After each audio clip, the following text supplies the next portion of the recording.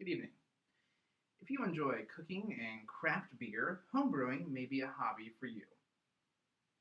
It's very cost effective with prices ranging from $10 to $50 a batch, which can tend to yield 5 gallons to 2 cases of beer.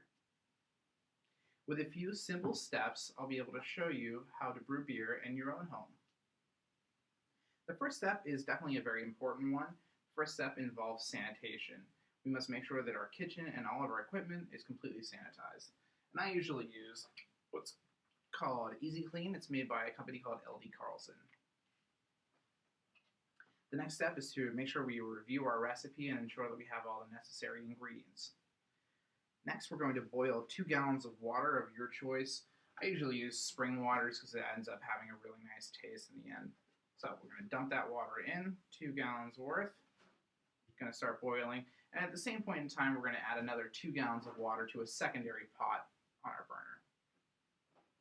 Okay, so in total we have 4 gallons of water boiling. And now we're going to add some specialty grains. And this is what's going to add the sugar and the hue, color, content of the beer itself. So we add our specialty grains to our mixture. And then at this point in time, we're going to add what's called malt extract. And that's going to also help to beef up this content itself. And that's like a powder mixture you can get. Okay, and then we're going to add the 2 gallons of water into that wort mixture. And we're going to let that boil for about 30 minutes or so. And at which point in time, we're going to now add all of our hops. So the hops can be added in what's called a mescaline bag. It looks similar to this, just kind of helps to keep the leafy matter of the actual hop itself in the bag and not in the beer. So we're going to add all of our hops in, close it off, and put it right in there.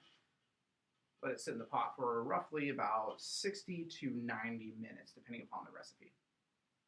At this point in time, about 15 minutes before the end of your boil, you're going to add any necessary spices you have, dependent upon the recipe. And then we're going to pull our pot off of the stove, and we're going to let our wort sit for a little while and cool down to 70 degrees.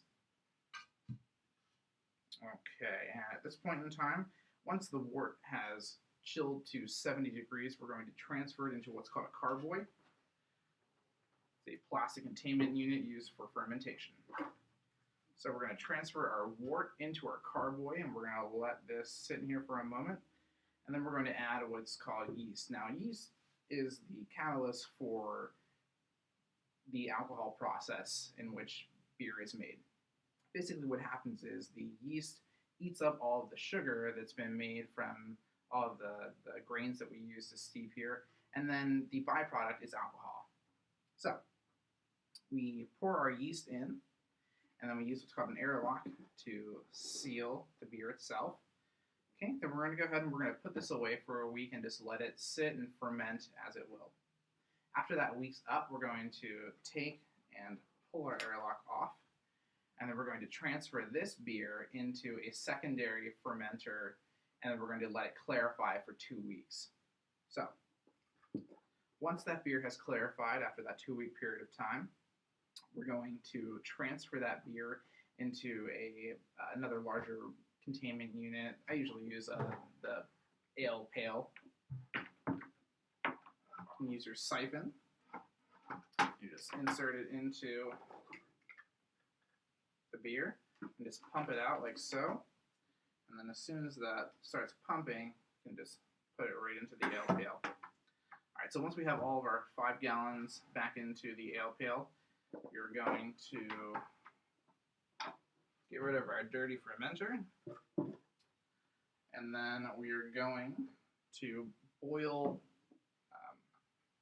2 cups worth of sugar in a water mixture, and then we're going to add that water mixture into our ale pail, and we're going to make sure that we stir it up really nicely. Make sure we get all that sugar mixed around. Okay, and then we're going to take our siphon again. We're going to add a little attachment to it, and this helps us to bottle. There's a little shut-off valve here at the bottom.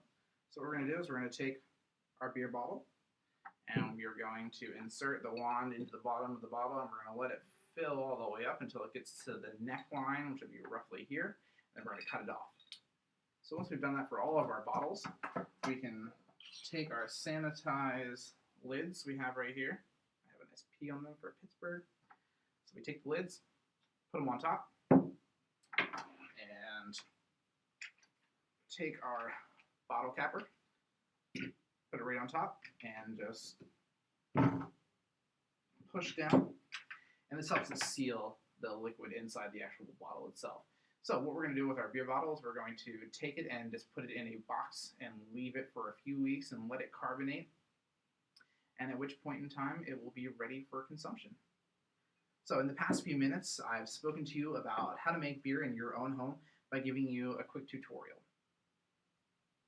I really hope that this process has helped you to understand briefly how beer can be processed in your own home, and I hope that it has inspired you to look further into the craft beer world. Thank you very much.